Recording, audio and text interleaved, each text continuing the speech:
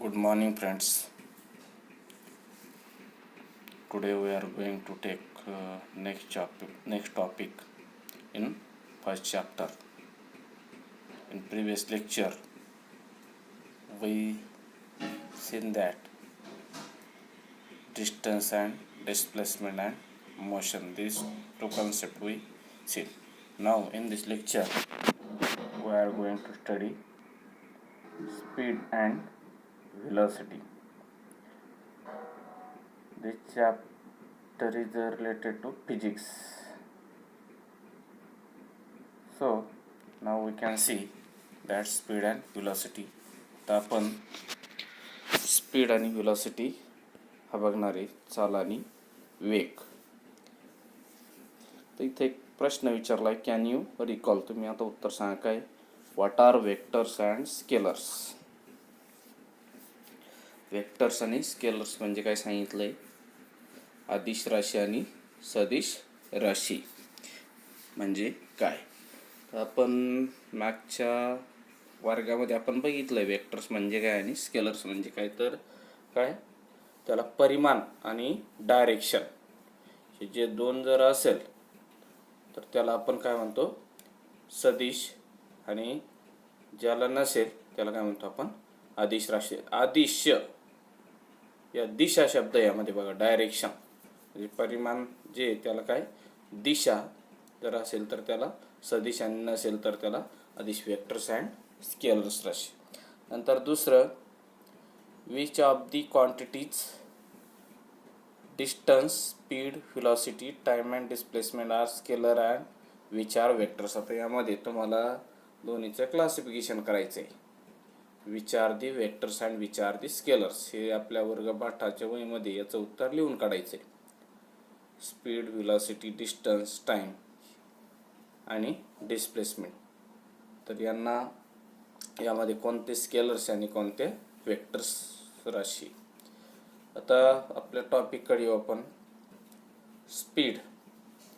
तर स्पीडचं फॉर्म्युला दिला आहे. Speed is equal to total distance travel upon time required. तर स्पीड कशाला म्हणायचं आहे. एखाद्या वस्तूने काय केलंय, जर एकूण किती अंतर कापलंय भागिले त्याला लागलेला वेळ म्हणजेच काय आहे तो स्पीड. चाल. तर total distance travel upon time required. तर एकूण कापलेलं अंतर भागिले काय लागलेला वेळ, time required, it is a speed. तर the distance travel in a particular direction by an object in unit time is called as its velocity. आता इथं व्हेलॉसिटीची व्याख्या सांगितली. कुठून कुठपर्यंत बघा. हा एक मिनटं आपण थोडं ब्रॉड करू.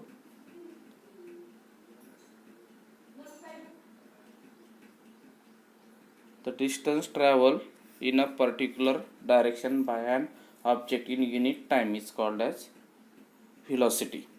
तर ही दिली व्हेलॉसिटीची व्याख्या आहे का.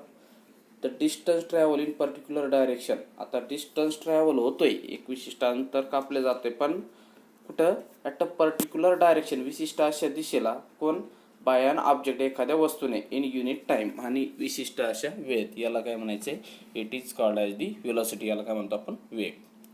The distance travel in a particular time, a particular direction by an object in unit time is called as velocity. आता तीन गोष्टी महत्त्वाच्या आहे.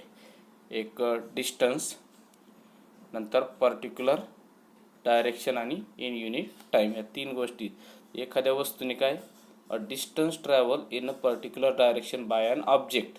वस्तूने काय केलं आहे, डिस्टन्स ट्रॅव्हल केलं इन अ पर्टिक्युलर डायरेक्शन आणि in unit time is called as the velocity. ही झाली व्हेलॉसिटीची व्याख्या. Here unit time,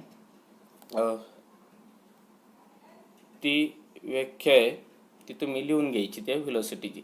here unit time can be 1 second, 1 minutes अरे 1 आवर. आता इथं वेळ किती असू शकतो. गिवन युनिट टाइम सांगितलं आहे, 1 सेकंद असू शकतो किंवा 1 मिनिट किंवा 1 तास. If large units are use 1 year can also use as unit time.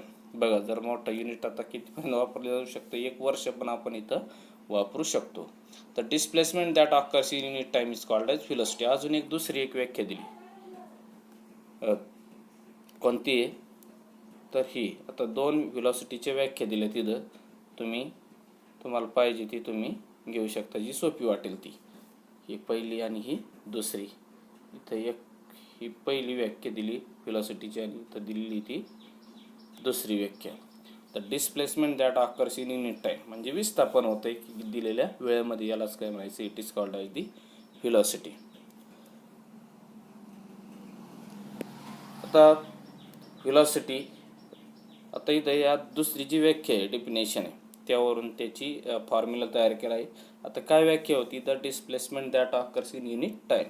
आता डिस्प्लेसमेंट आणि युनिट टाइम यावरून velocity is equal to displacement upon time,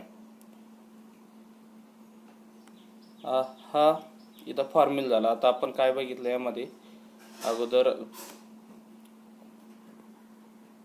स्पीडचा formula, नंतर डिस्टन्सची एक डेफिनेशन, नंतर डिस्टन्स व्हेलॉसिटीची एक व्याख्या, नंतर व्हेलॉसिटीची दुसरी व्याख्या आणि व्हेलॉसिटीचा काय आहे तो एक फॉर्म्युला आपण इथं बघितला आहे. व्हेलॉसिटी त्या दुसऱ्या व्याख्येवरून velocity is equal to displacement upon time.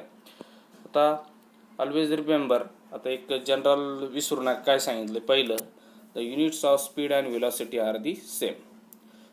Unit जे एकक स्पीडचं आणि व्हेलॉसिटीचं ते काय एक सेम आहे. In the SI system units is, आता युनिट सांगितले metre per second, while in CGS system it is a centimetre per seconds. तर हा एक दिला आहे का दोन्हीचे एकक काय समान आहे, आणि SI मध्ये काय एकक आहे त्याचं मीटर पर सेकंड, आणि CGS मध्ये काय आहे सेंटीमीटर पर सेकंड.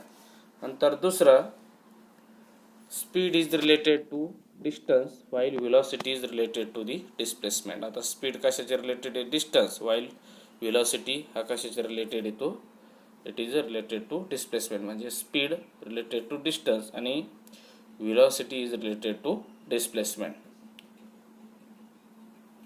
तर तिसरं, if the motion is along a straight line the values of speed and velocity are the same, otherwise they can be different. आता बघा, कधी if the motion is along a straight line, जर एखाद्या वस्तूची गती जरी सरळ रेषेमध्ये जर होत असेल तर the values of speed and velocities are the same. त्यावेळेस स्पीड आणि व्हेलॉसिटीच्या ज्या किमती व्हॅल्यू त्या कशा असणार आहे, it is a same, otherwise they can be different. जर स्ट्रेट लाईनमध्ये नसेल तर इट कॅन बी डिफरंट, त्या काय असतील त्या वेगळ्या असतील. असे 3 इथं महत्त्वाचे पॉईंट दिलेत. त्यामध्ये पहिलं जे ते काय दिलं आहे, पहिल्या याच्यामध्ये एकक दिलेत मीटर पर सेकंड आणि सेंटीमीटर पर सेकंड SI आणि CGSचं. नंतर हे जे आहे ते स्पीड कशाच्या रिलेटेड, डिस्टन्सच्या, आणि velocity is related to displacement. आणि तिसरा जो आहे तो यामध्ये काय दिलं आहे का स्पीड आणि व्हेलॉसिटी कधी एक असणार आहे तर if motion is a straight line, otherwise it is a different. तर आता पुढचा टॉपिक बघू आपण. आता काही जनरल माहिती दिली, एक्झाम्पल दिलं आहे. In the first example on pay straight line distance between houses Sheetal and Sangeeta. आता हे एक्झाम्पल आपण पुढं बघितलं होतं डिस्प्लेसमेंटमध्ये आणि डिस्टन्समध्ये. तर आता बघा काय दिलं आहे का straight line distance between houses of Sheetal and Sangeeta is 500 metre. आता हाऊसेस ऑफ डिस्टन्स सांगितलं आहे, कोणाच्या शीतल आणि संगीताच्या घरामधलं अंतर किती इथे, हे 500 metre. That between Sangeeta's house and school is that is 1200, हा 1200 metre. Also the straight line distance between Sheetal's house and school is 1300 meters. Suppose Sheetal take 5 minutes to reach Sangeeta's house and then 24 minutes to reach a school from there. Then Sheetal's speed along a path. आता स्पीडचा formula आपण पाहिला, distance upon time. It is a distance किती येतो 500 metre आणि time वेळ किती घेतला इथं हा 5 मिनिट. देन किती तर स्पीड काय आला इथं 100 मिनिट्स पर 100 मीटर पर मिनिट, एका मिनिटाला किती गेली ती 100 मीटर. आता शीतल स्पीड, आता लॉंग पाथ, आता हा पाथ एचा साईड काढलाय, आता पाथ बीचा. आता पाथ बी डिस्टन्स अपॉन टाइम 1200 मीटर येतो. नंतर किती वेळ लागलाय तिथं, हा 24 मिनिट्स. तर मग किती याला जर आपण भागाकार केला तर उत्तर येतं आपलं 50 मीटर पर मिनिट्स. तर शीतलचं ॲव्हरेज स्पीड, आता दोन्हीचं आता ॲव्हरेज स्पीड करावं लागेल. आता टोटल तुम्ही जर 1200 अधिक 500 जर केला तर किती बेरीज येते 1700 मीटर, आणि दोन्हीचा टाईमचा वेळ 5 अधिक 24. तर याला जर भागाकार केला तर उत्तर किती येते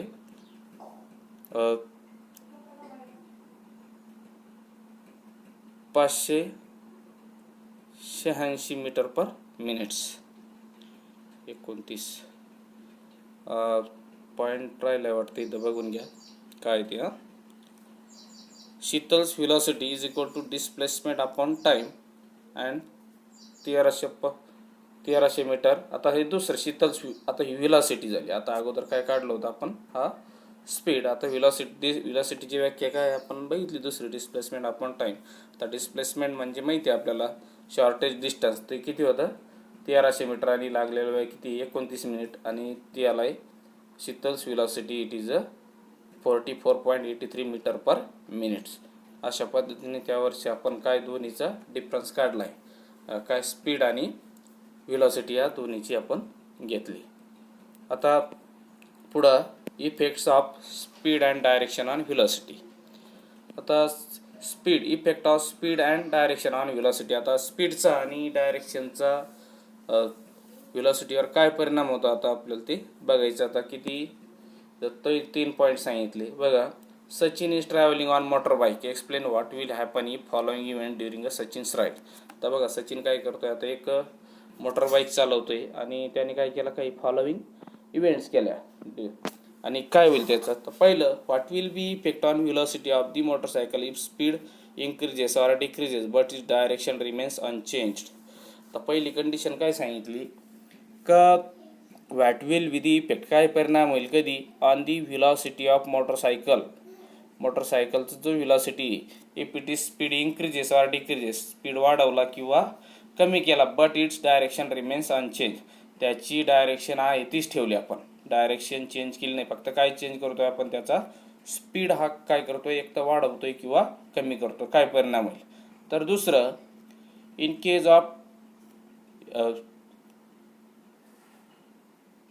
of turning on the road will the velocity and speed B same. मग सांगितलं ज्यावेळेस रोडवर टर्न मारतोय will the velocity and speed B same. तर व्हेलॉसिटी आणि स्पीड सेम असेल का. नंतर if Sachin changes the direction of motorcycle keeping its speed constant VAT will be effect on velocity. जर सचिन काय करतो, चेंजेस दी डायरेक्शन, त्याची काय बदलतोय, तो दिशा बदलतोय of motorcycle, keeping speed constant, आणि स्पीड कसा ठेवतोय, तो कॉन्स्टंट ठेवतोय. What will be the effect on the velocity, आणि व्हेलॉसिटीवर त्याचा काय परिणाम होईल. आणि तिसरं, इफ ऑन ए टर्निंग, आता ज्यावेळेस तो टर्न घेतोय, सचिन चेंजेस अ डायरेक्शन, म्हणजे तो टर्न घेतोय म्हणजे डायरेक्शन चेंज करतोय, as the speed of motorcycle changes the direction as will as speed, आणि टर्न तर घेतोय तो, डायरेक्शन पण बदलतोय, आणि त्याचा स्पीड पण काय करतो, तो चेंज करतो. What will be effect on it's velocity. It is clear from that above that velocity depends upon speed as well as direction. यावरून आपल्याला काय समजतंय का, हा जो व्हेलॉसिटी ही व्हेलॉसिटी कशावर अवलंबून आहे, it is a depends upon speed as well as direction of the that velocity changes bye. आता चेंजिंग, आता काय परिणाम होतील त्याचे तिन्हीचे खाली उत्तर दिले. Changing the speed while keeping the direction same, changing the direction while keeping the speed same, आणि changing the speed as well as direction. म्हणजे अगोदर काय केलंय, स्पीड काय केलंय, तो चेंज केला आणि डायरेक्शन सेम ठेवली. नंतर चेंजिंग दी डायरेक्शन, दिशा बदलली, आणि स्पीड काय केलाय सेम, आणि चेंजिंग स्पीड ॲज वेल ॲज डायरेक्शन. तिसऱ्या कंडिशनमध्ये दोन्ही पण काय केले, ते चेंज केले. आता पुढचा टॉपिक, आता remember the first scientist to measure speed as a distance time was Galileo. आता ही अगोदर पहिला जो शास्त्रज्ञ का ज्याने काय केलं आहे measure speed as a distance per time as, तो कोण होता? हा Galileo. The speed of sound in dry air, आता आवाजाचा स्पीड सांगितलं आहे कधी? ड्राय एअर, कोरड्या हवेमध्ये तो किती आहे? 343.2 metre per second, 343.2 metre per second. While the speed of light is about 3 × 10⁸ metre per 8. आता स्पीड ऑफ लाईट सांगितलं प्रकाशाचा वेग किती तो? 3 × 10⁸ metre per second. The speed of revolution of the earth around the sun, आपल्या पृथ्वीचं काय सांगितलं आहे? रिव्हॉल्युशन सांगितलं आहे, सूर्याभोवती फिरण्याचं स्पीड तो किती आहे? 29,770 मीटर पर सेकंड. अशा 3 गोष्टी सांगितल्या. तर स्पीड ऑफ साऊंड सांगितलं आहे ड्राय एअरचा, तो 343.2. जनरल नॉलेजसाठी हा महत्त्वाचं आहे, ऑलवेज रिमेंबर, भविष्यात हे तुम्हाला उपयोगी येणार आहे. तर ड्राय एअरमध्ये किती आहे speed of sound? It is 343.2 metre per second. नंतर स्पीड ऑफ लाईट तो आहे 3 × 10⁸ metre per second. The speed of revolution of the earth around the sun is about, it is 29,770 metre per second. ह्या 3 महत्त्वाच्या गोष्टी scientific. आता uniform and non uniform linear motion, तर एक example दिले. 3 नाव आहे, Amar, Akbar and Anthony are travelling in different cars with different velocities. आता 3 व्यक्ती, तिघं काय करतात? तिन्हीकडे पण 3 कार आहे आणि प्रत्येकाची व्हेलॉसिटी ही वेगवेगळी अशी ते चाललेत. The distance covered by them during a different time intervals are given following tables. आता पहिला जो टेबल आहे त्यामध्ये टाईम दिला आहे. इथं काय टाईम इन दी क्लॉक किती? 5, 5:30, 6. हा काय इन क्लॉक तो वेळ दिला आहे. 5 अर्ध्या तासाचा डिफरन्स दाखवला आहे. 7, 7:30, 8पर्यंत, 5 पासून ते 8पर्यंत. नंतर मग डिस्टन्स कवर्ड बाय अमर, डिस्टन्स कवर्ड बाय अकबर आणि डिस्टन्स कवर्ड बाय अँथनी. अमरने कापलेलं अंतर, नंतर डिस्टन्स कवर्ड बाय अकबर आणि डिस्टन्स कवर्ड बाय अँथनी, अँथनीने कापलेलं अंतर. आता पहिले 5 वाजता ते सगळे काय होते? एका जागेवर स्टेबल होते, 0. नंतर आता 5:30 अर्ध्या तासानंतर याने किती? 20 किलोमीटर गेला आहे, हा 18 किलोमीटर गेला आहे आणि हा 14 किलोमीटर गेला आहे. नंतर 6 वाजता हा 40, हा 36, हा 28. आता नंतर तिसऱ्याला हा 60, हा 42 आणि हा 42. इथं चेंज झालं आहे बघा, याचं सेम आहे. हा 80, हा 70 आणि हा 56, 100, 95, 70, 120, 120 आणि 84. असे 3 आपल्याला इथं काय सांगितलं? इथं याच्या पॉसिबिलिटीज सांगितल्या. तर यावर ना काय सांगायचं आता? टॉपिक काय आपला? युनिफॉर्म आणि नॉन युनिफॉर्म लिनियर मोशन. आता एक समान जी गती, तर इथं कोणाची दिसते आपल्याला? डिस्टन्स कवर्ड बाय अमर 20, प्रत्येक अर्ध्या तासाला तो किती किलोमीटर गेला आहे? 20 किलोमीटर. म्हणजे it cover the equal distance in equal interval of time. याला काय म्हणायचं आहे? Uniform linear motion. आणि बाकीच्यांचं जे 18, 36, 42, 70, तर इथं थोडा चेंज झाला आहे 95. तर म्हणजे it is not time, interval of time हा सेम आहे, but distance it covered it is different. So it is not uniform linear motion, म्हणजेच ते काय झालं? Non uniform linear motion. आता if an object cover an equal distance in equal time interval, it is said to be as moving with non-uniform speed. For example, motion of vehicle being driven through heavy traffic. आता example सांगितलं आहे, heavy traffic जर असेल तर तिथं आपल्याला non uniform म्हणजे गर्दी असेल तर आपल्याला थांबावं लागतं, स्पीड हळू जावं लागतं. आणि ज्यावेळेस रस्ता मोकळा होईल त्यावेळेस आपण काय करतो? जोरात जातो. म्हणजे काय होतं? हे जो मोशन आहे तो काय होतो? तो चेंज होतो. म्हणजे it is a non uniform motions. आता नंतर इथं 4 मुद्दे सांगितले. What is the time interval between noting distances made by Amar Akbar, हे आपण बघितलं आहे प्रत्येकाचंच. तर त्यामध्ये काय आहे का फक्त एका जणाने काय केलं आहे? इक्वल इंटरवल ऑफ टाईमने 20 किलोमीटर कापलं आहे अंतर प्रत्येक अर्ध्या तासाला. आणि बाकीच्यांचं थोडा टायमिंग कसा आहे तो चेंज. आता ॲसलरेशन बघायचं आहे. ॲसलरेशन म्हणजे आपल्याला माहिती आहे काय ॲसलरेशन.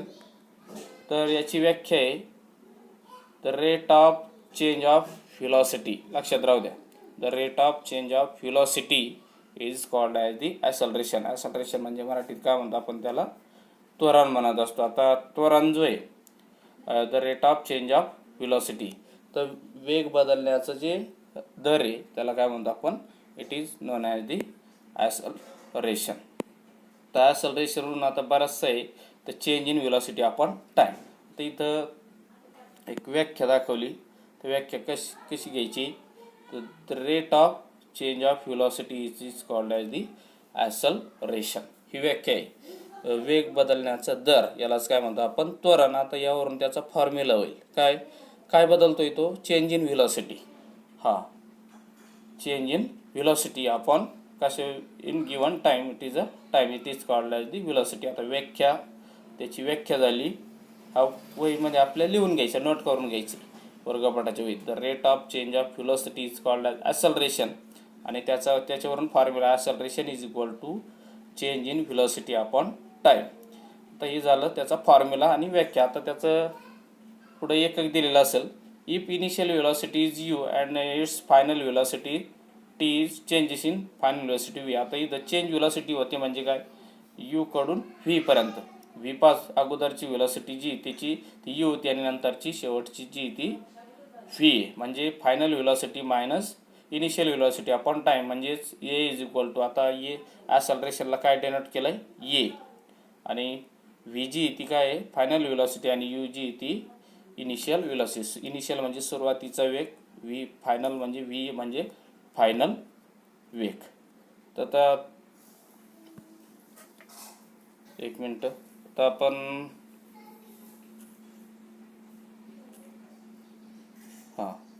ओके. तर फायनल व्हेलॉसिटी जी आहे ती आपण बघितली इथं. तर अशा पद्धतीने काय आहे, ॲसलरेशन. आता if the velocity of an object changes during certain time period then it is said to be as accelerated motion. आता बघा, ॲसलरेटेड मोशन कधी म्हणायचे, जर if the velocity of object changes, जर वस्तूची जी व्हेलॉसिटी चेंजेस होते certain time period, then it is said to be as acceleration motion. and object of motion can have two types of acceleration. आता बघा, एखाद्या ऑब्जेक्टला किती दोन प्रकारचे काय असतात, ॲसलरेशन असतात.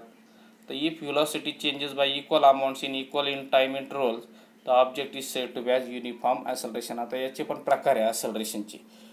तर पहिलं युनिफॉर्म ॲसलरेशन. आता युनिफॉर्म ॲसलरेशन कधी, जर व्हेलॉसिटी जी चेंज होते in equal amounts of equal और in changes by equal amounts in equal time of interval, then it is said to be as uniform acceleration. आता ॲसलरेशनची व्याख्या आपल्याला माहिती काय, the rate of change of velocity. आता काय change होतं, velocity change होतं इन इक्वल. व्हेलॉसिटी कशी चेंज होती, इक्वल, आणि किती वेळेमध्ये, equal time interval. Then this acceleration is said to be as uniform acceleration. आणि आता याच्या ऑपोजिट जे ते नॉन युनिफॉर्म. आता नॉन युनिफॉर्म कधी लावायचं, आता इथं हा इक्वल आहे आणि हा इक्वल आहे, तर या इक्वल ऐवजी काय येईल, आता अनइक्वल येईल. आता दोन्हीचं बघा, इफ हा इक्वल जरी राहिला तर आपल्याला व्हेलॉसिटी कशी होणार चेंज, ती अनइक्वल चेंज होईल. म्हणजेच काय होईल ते non uniform acceleration. If the velocity of changes by unequal amounts in equal time intervals, the object is said to be as non uniform acceleration. तर आता बघा, व्हेलॉसिटी चेंज होती कशी आहे, अनइक्वल आहे, आणि इन इक्वल टाईम इंटरवल आहे तोच, फक्त इथं अनइक्वल हा शब्द वापरला आहे, आणि त्याला काय म्हणायचं आहे, नॉन युनिफॉर्म ॲसलरेशन. तर ह्या दोन व्याख्या पण आपल्या वहीमध्ये पाहिजेत, ते व्यवस्थित करून घ्या. नंतर आता पुढं positive, negative and zero acceleration. आता पॉझिटिव्ह, आता ॲसलरेशन म्हणजे आपल्याला माहिती आहे, तर याचे परत तीन अगोदरचे दोन प्रकार बघितले आपण, युनिफॉर्म ॲसलरेशन आणि नॉन युनिफॉर्म ॲसलरेशन. आता positive, negative and zero acceleration. तर an object can have positive or negative acceleration. when velocity of an object increases, the acceleration is positive. आता बघा, कधी पॉझिटिव्ह होईल, एक मिनटं,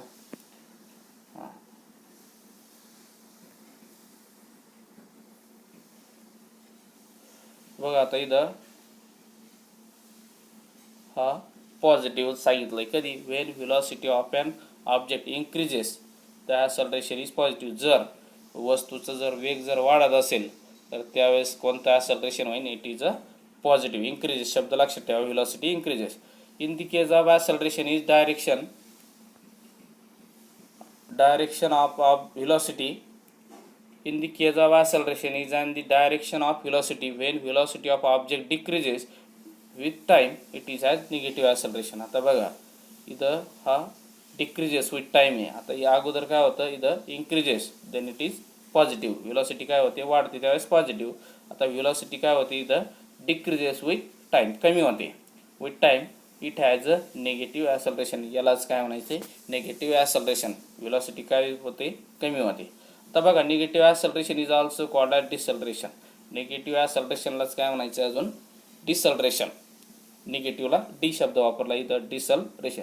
is direction in opposite to the direction of velocity. आणि त्याची जी डायरेक्शन आहे opposite to the direction of velocity. If the velocity of object does not change. जर आता व्हेलॉसिटी जर चेंज होत नसेल विथ टाईम, अगोदर वाढली नंतर कमी झाली, आता काय सांगितलंय, काहीच बदल नाही त्यामध्ये आहे. It has a zero acceleration. अशा पद्धतीने हे तीन प्रकारे पॉझिटिव्ह ॲक्सलरेशन, निगेटिव्ह ॲक्सलरेशन आणि झिरो ॲक्सलरेशन. पॉझिटिव्ह ॲक्सलरेशनमध्ये काय आहे, व्हेलॉसिटी काय होते, ती वाढते, त्याला काय म्हणतो, त्या ॲक्सलरेशनला काय म्हणतो आपण, पॉझिटिव्ह. ज्यामध्ये व्हेलॉसिटी काय होते, कमी होते, त्याला काय म्हणतो आपण, निगेटिव्ह ॲक्सलरेशन. आणि जिथं काहीच होत नाही आहे, तो सेम राहतो, त्याला काय म्हणायचं, it is non as the zero acceleration. अशा पद्धतीने आपण हा व्हिडिओ आज इथंच थांबू. तर व्हिडिओ कसा वाटला ते कमेंट बॉक्समध्ये कमेंट करा आणि या व्हिडिओला लाईक करा. आणि जे विद्यार्थी नवीन असतील या चॅनलवर, त्यांनी या चॅनलला सबस्क्राईब करा. खाली लाल रंगाचं सबस्क्राईब नावाचं बटन आहे, त्याला क्लिक केल्यानंतर तुम्हाला माझे येणारे व्हिडिओ हे लवकरात लवकर ते मिळतील, म्हणजे त्याचं तुम्हाला नोटिफिकेशन मिळेल. धन्यवाद.